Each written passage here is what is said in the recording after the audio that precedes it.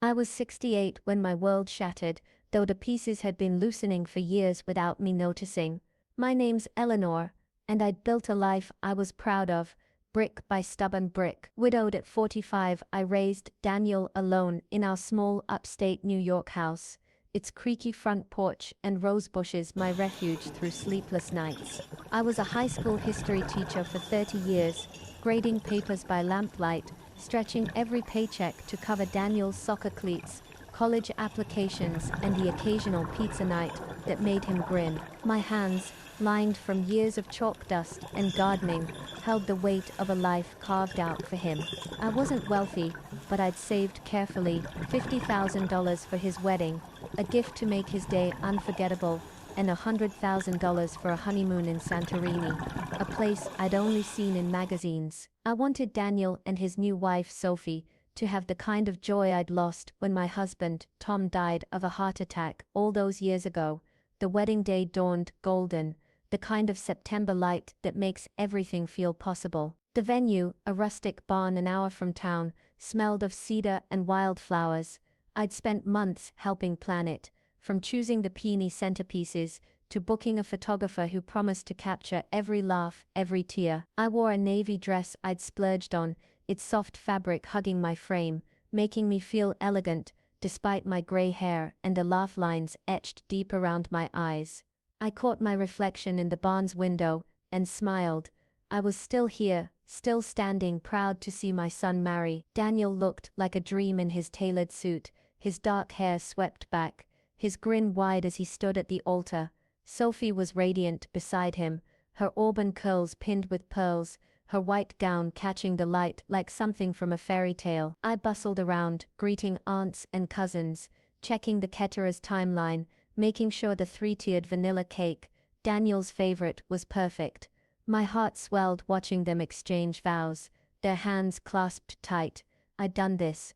I'd given him this moment. Guests clinked glasses, and I wiped a tear, thinking of Tom, wishing he could see our boy, but as the reception unfolded, a chill crept in. I was near the photographer's setup, adjusting my shawl by a table of votive candles, when I heard Sophie's voice low and sharp, like a blade slipping through silk.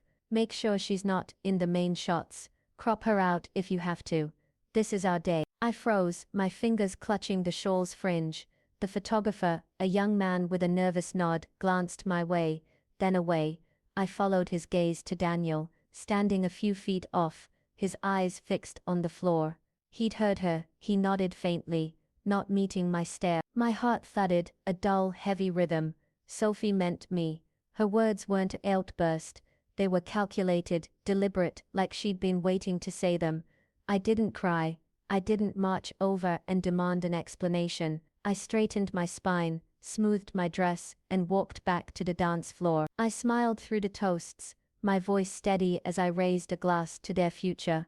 I danced with my cousin Martha, her laughter pulling me along, and I hugged Daniel goodnight, his cheek warm against mine, but inside, I was unraveling. My son, the boy I'd carried through fevers and heartbreaks, had let his wife erase me from his wedding.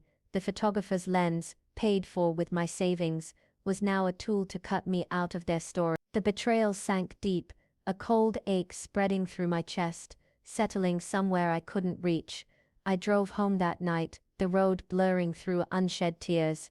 My little house felt too quiet, the rose bushes outside drooping under the weight of early frost. I sat at my kitchen table, still in my navy dress, staring at the wedding favor, a tiny jar of local honey, with a tag that read Daniel and Sophie, forever, forever but without me. I'd given them everything, my money, my love, my pride, and they'd chosen to make me invisible. The heartbreak was raw, a wound that throbbed with every beat of my pulse, but there was something else too, flickering beneath the pain, a spark of defiance, small but fierce. I'd raised Daniel to respect me, to value family. I'd worked too hard, sacrificed too much to be discarded like an afterthought. I wasn't invisible, not yet.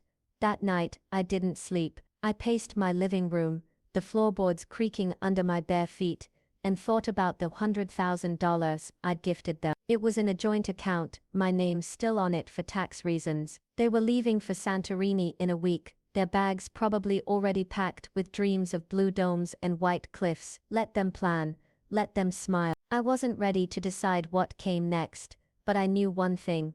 I was Eleanor, 68, and I wasn't done fighting for my place. Real quick, tell me where you're tuning in from, and what time is it there? I actually read every single comment, so don't be shy. If this story speaks to you, hit that like and subscribe. It shows me you're listening. Let's continue to the story. The days after the wedding were like walking through fog, everything muffled, heavy, unreal. I'd wake up in my little brick house, the one I'd paid off with years of penny pinching, and try to shake off Sophie's voice, crop her out if you have to. My kitchen, with its chipped yellow mugs, and the faint smell of coffee, felt like the only safe place left. I'd spent 68 years building a life for Daniel, my only son, my anchor after his father died, and now I was questioning everything. Had I been too soft, too generous? I kept busy, pruning my rose bushes, until my hands were scratched raw, their red petals piling up like little wounds on the ground. But no amount of gardening could bury the ache in my chest, the betrayal that gnawed at me like a splinter I couldn't pull out. Daniel called once, maybe 3 days after the wedding. His voice was bright, too bright, like he was trying to outrun something. Mom, the wedding was amazing, wasn't it? Everyone's still talking about it. He went on about the band, the food, Sophie's dress, but there was a hitch in his tone, like he knew something was off. I wanted to ask about what I'd overheard, to demand why he'd let Sophie erase me, but my throat tightened, and all I managed was, "It was a beautiful day, sweetheart." He didn't mention the photos, he didn't ask how I was. When we hung up, the silence in my house felt louder than ever. Sophie sent a text later that day. "Thanks for the money, honeymoon's booked." No warmth, no hint of the girl who'd hugged me at the engagement party, calling me mom, just cold, clipped words, like I was a transaction, completed. I told myself I'd misheard Sophie at the wedding. Maybe it was the champagne, the chaos of the day. I wanted to believe Daniel wouldn't let something so cruel slide, but doubt clung to me, heavy as the frost settling over my roses. 2 weeks later, the photographer dropped off the wedding album, a sleek black book with Daniel and Sophie embossed in gold. I made a pot of chamomile tea, settled into my old armchair, the one Tom used to love, and opened it, expecting to relive the day. My fingers traced the first page, a shot of Daniel and Sophie under the barn's arbor, their faces glowing with love, beautiful. I turned the pages, them laughing, with friends, cutting the vanilla cake, dancing under string lights, but something was wrong. I wasn't there, not in the family portraits by the oak tree, not in the candid shots of the reception, not even in the background of the dance floor where I'd twirled with my cousin Martha. My navy dress, my proud smile gone. My hands shook as I flipped back through the album, searching for a glimpse of myself. Nothing. They'd cropped me out of every single photo. This wasn't a mistake, it was deliberate, a surgical removal of my presence. Sophie's words echoed in my head, sharp and final. "This is our day." Daniel had heard her, nodded, let it happen. The photographer paid with my money, had followed her orders. I closed the album, my tea cold on the table, and stared at the wall where a photo of Daniel's high school graduation hung, him in his cap and gown, me beaming beside him. That woman felt like a stranger now, naive to think love was enough to keep her son close. The heartbreak was a physical thing, a weight pressing on my ribs, stealing my breath. I'd given them $50,000 for the wedding, every cent of my savings for the honeymoon, $100,000 more than I'd ever spent on myself. I'd wanted them to have a perfect start, the kind of joy I'd lost when Tom died, and they'd repaid me by wiping me from their story. I sat there, the album heavy in my lap, and felt something shift inside me. The hurt was still there, raw and pulsing, but that spark of defiance I'd felt on the wedding night flared brighter. I wasn't just a checkbook, a prop to be used and discarded. I was Eleanor, and I'd make them see that. The next morning, I drove to the bank, my hands steady on the wheel despite the storm in my chest. The $100,000 was in a joint account I'd set up for Daniel and Sophie, my name still on it for tax purposes. I sat across from the banker, A kind woman with glasses perched on her nose, and said I need to freeze the account. No explanation, just a calm request. My voice firmer than I felt, she nodded, typed a few commands, and confirmed it was done. The money was locked, untouchable without my approval. I didn't smile, but I felt a shift, a reclaiming of something they'd tried to take. They were leaving for Santorini in 3 days, probably packing their swimsuits and dreaming of cliffside sunsets. Let them pack. Let them dream. I'd wait. I drove home, the road winding past fields dusted with early snow. My roses were wilting now, but I didn't care. I walked into my kitchen, set the kettle on, and looked at the wedding favor still sitting on my counter, that tiny jar of honey. Daniel and Sophie forever, forever but without me. The defiance in me burned hotter, a quiet fire. I'd given them everything. If they thought they could erase me, they'd learn I was still here, still standing, and not so easily forgotten. 3 days after I froze the account, my phone rang as I sat on my porch, bundled in a sweater against the late October chill. The rosebushes in my yard were bare now, their thorns stark against the gray sky, mirroring the sharpness in my heart. Daniel's name flashed on the screen, and I knew what was coming. I let it ring twice, steadying my breath before answering. His voice was a mix of panic and disbelief, loud enough to make me pull the phone from my ear. "Mom, what's going on? The account's frozen, we're at JFK, and the travel agency says the payment didn't go through." In the background I heard Sophie's voice, shrill and rising, barking at him to fix it. I pictured them in the bustling terminal, suitcases at their feet, Santorini dreams crumbling. I sipped my tea, the mug warm in my hands, and said, "I froze it." Silence. Then Daniel, his voice low, almost a growl. "Why would you do that? This is our honeymoon." Sophie's voice cut in, closer now, like she'd grabbed the phone. "Eleanor, this is ridiculous. You can't just—" I cut her off, my tone calm but cold as the frost on my lawn. "You cropped me out of your wedding, Daniel. You let Sophie erase me. That money was my love for you. If you don't value me, you don't get it." Another silence, heavier this time. Daniel stammered, "Mom, it was a mistake, the photos. I'll talk to the photographer, get it fixed." But his words were hollow, like he was reading a script he didn't believe. Sophie snatched the phone again. "You're being petty, Eleanor. You can't control us like this." I didn't flinch. "Enjoy the airport," I said, and hung up. I set the phone down, my hands trembling but not with fear, with something fiercer, a resolve I hadn't felt in years.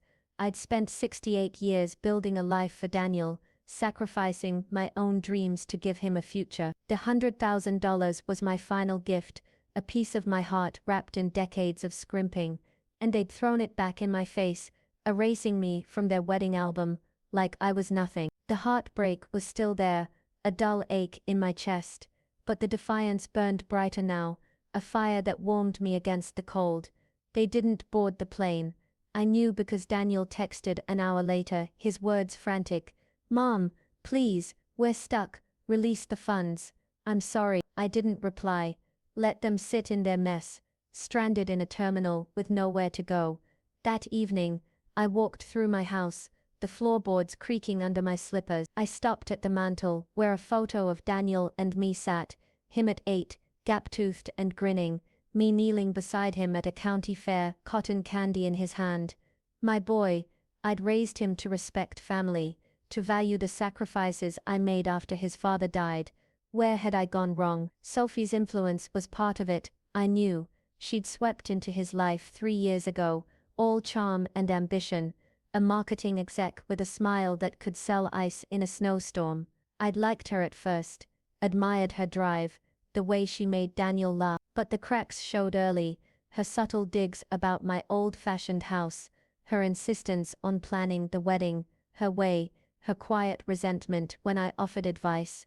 She wanted Daniel to herself, and I was in the way, and Daniel, my sweet boy, had let her push me out. I sat at my kitchen table, the wedding favor, that tiny jar of honey, labeled Daniel and Sophie forever, mocking me from the counter. Forever, but without me. I thought about the album, its glossy pages, void of my face, and Sophie's voice at the wedding, so casual in its cruelty. Daniel's nod, his silence, hurt worse than her words. He'd always been my ally, my partner through the hard years. When had he stopped seeing me? The question twisted in my gut, but I pushed it down. I wasn't ready to forgive, not yet. Freezing the account wasn't just about the money, it was about making them feel the weight of what they'd done. I'd given them everything. Now they'd learn what it felt like to lose something. I went to bed that night, the house quiet except for the hum of the furnace. I didn't sleep much, my mind replaying the call, Daniel's panic, Sophie's venom. I imagined them dragging their suitcases back to their Manhattan apartment, their dream trip in tatters. Part of me felt a pang of guilt. Daniel was my son after all, but it was drowned out by something stronger. I'd spent my life putting him first, but I was more than his mother. I was Eleanor, a woman who'd survived loss, who'd built a life from ashes. They thought they could erase me, but I was still here, and I'd make them see it. The next move was theirs, but I was ready. I'd wait, my roses dormant but not dead, just like the strength I was finding again. 2 days after the airport fiasco, my doorbell rang, sharp and insistent, cutting through the quiet of my morning. I was in the kitchen, kneading dough for bread, my hands dusted with flour, the scent of yeast grounding me. The rose bushes outside my window were skeletal now, their bare branches scratching at the glass in the November wind. I wiped my hands on my apron, my heart thudding, knowing who it was before I opened the door. Daniel stood on my porch, his face pale, eyes red-rimmed like he hadn't slept. Behind him, Sophie loomed, arms crossed, her auburn hair pulled tight in a bun, her face a mask of barely contained fury. "Mom, we need to talk," Daniel said, his voice rough, almost pleading. I nodded, stepping aside, my voice calm despite the storm brewing inside. "Come in." They stepped into my living room, the space feeling smaller with their tension filling it. I offered tea, more out of habit than kindness, and set the kettle on. Daniel sat on the edge of my old couch, his hands twisting together, while Sophie stayed standing, her heels clicking on the hardwood as she paced. I leaned against the counter, arms folded, waiting. Sophie broke the silence first, her voice sharp as a blade. "This is insane, Eleanor. Freezing the account, stranding us at the airport. You can't just ruin our honeymoon because of some stupid photos." Her words hit like a slap, but I didn't flinch. I looked at Daniel, his eyes fixed on the floor, and said, "It's not about the photos, Sophie. It's about what they mean. You told the photographer to crop me out. I paid for your wedding, gave you $100,000, my life's savings, and you erased me. Daniel, you let her." Daniel's head snapped up, his face crumpling like he'd been punched. "Mom, I didn't know she said that. I swear, I didn't mean for it to happen." But his eyes darted away, and I knew he was lying. I'd seen his nod at the wedding, his silent agreement to Sophie's orders. My chest ached, the heartbreak as raw as the day I opened the album, but I held his gaze. "You heard her, Daniel. You nodded. You let her cut me out of your life." Sophie stepped forward, her voice rising. "It was our day, Eleanor. You were hovering, making it about you, fussing over every detail. We wanted one thing that was ours." Her words stung, twisting the knife of betrayal deeper. Hovering. I'd poured my heart into that day, not for me, but for them. I took a breath, my voice steady, though my hands trembled behind my back. "It was my son's day, Sophie. I'm his mother. You don't get to erase that. I gave you everything. My money, my love, my pride, and you threw it back in my face." Daniel's eyes filled with tears, his voice breaking. "Mom, I'm sorry. I should have stopped it. I was caught up in the day, in Sophie." He trailed off, glancing at her, but she grabbed his arm, her nails digging in. "Don't let her guilt trip you, Daniel. She's manipulating us, playing the victim to control you." Her words were venom, but they didn't shake me. I stepped closer, my voice low, firm. "The money stays frozen, until you understand what you've done. You disrespected me, both of you. Now leave my house." Sophie's face flushed red, her mouth opening to argue, but Daniel stood, pulling her toward the door. "Come on, Soph," he muttered, his voice heavy. She stormed out, her heels echoing on the porch, and Daniel followed, his shoulders slumped, not looking back. The door clicked shut, and I sank into a chair, the kettle whistling behind me. Forgotten. The silence was deafening, heavier than the fight itself. I hung about her, standing up for myself in a way I hadn't in years, but the war was inside me. Daniel was my son, my heart, the boy I'd rocked through fevers, cheered at soccer games, comforted after his first heartbreak. I loved him, but I couldn't let him walk over me. The defiance that had sparked on the wedding night burned steady now, but the heartbreak lingered, a bruise that wouldn't fade. I turned off the kettle and looked around my kitchen, the familiar cracks in the counter, the photo of Daniel and me at his graduation still on the fridge. Sophie's words echoed, hovering, making it about you. Had I been too much? Had I clung too tightly to my role as his mother? No, I'd given them space, let them plan their life, funded their dreams. The fault wasn't mine. Sophie wanted me gone, and Daniel, caught in her orbit, had let her lead. But I wasn't invisible. I was Eleanor, 68, a widow who'd rebuilt her life after loss, who'd sacrificed everything for her son. They'd tried to erase me, but I was still here, and I'd make them face that. That night I lay in bed, the house creaking around me, the wind rattling the windows. I thought of the $100,000 locked away, and the album, its pages a testament to their betrayal. I didn't know what came next. Would Daniel fight for me, or would Sophie tighten her grip? The defiance in me felt like armor, but the heartbreak was a weight I carried alone. I closed my eyes, picturing my roses, dormant but alive, waiting for spring. I'd wait too, but not passively. I'd protect my dignity, my worth, no matter the cost. The weeks after Daniel and Sophie's visit were a strange mix of quiet and storm. My little house in upstate New York felt like a fortress, its creaky floors and rose-scented air a reminder of the life I'd built. But the silence was heavy, broken only by the ping of my phone, Daniel's texts, one every day, short and pleading. "Mom, I'm sorry.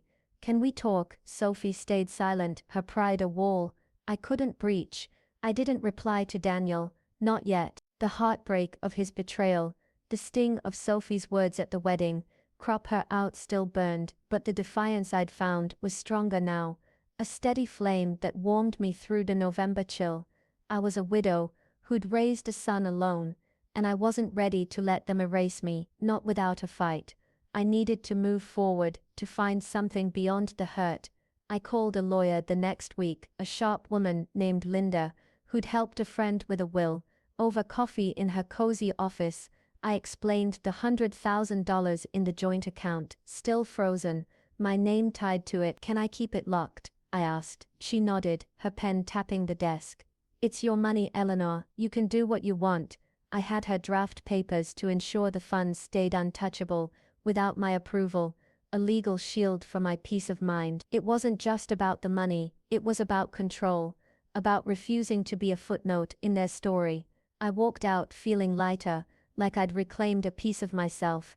I started volunteering at a women's shelter in town, a place I'd driven past for years but never entered. The women there, some younger, some my age, carried stories that echoed mine, family betrayals, love that turned to loss. I helped serve meals, sorted donations, listened to their laughter and tears. One woman, Maria, told me about her daughter cutting her off after a fight over money. "You're not alone," she said, squeezing my hand. Her words stitched something together inside me, a reminder that my pain wasn't unique, but neither was my strength. The shelter became my anchor, a place where I wasn't just Daniel's mother, but Eleanor, a woman with purpose. One evening, as I was locking up the shelter, Daniel showed up alone. He stood under the streetlight, his coat too thin for the cold, his face drawn. "Mom," he said, his voice cracking. "I need to talk." I nodded, leading him to a bench outside, the air sharp with frost. He looked older, his eyes shadowed, like the weight of the past weeks had aged him. "I'm sorry," he said, tears spilling. "Sophie pushed me to distance you. I was weak, Mom. I should have stood up for you at the wedding, stopped her about the photos. I let you down." His words hit hard, softening the edges of my hurt, but not erasing it. I studied him, my boy now 30, his hands trembling like they did when he was a kid confessing to a broken window. Why now? I asked, my voice steady but not cold. He admitted Sophie's control had worn him down. The frozen funds, the cancelled honeymoon, had sparked fights that cracked their marriage open.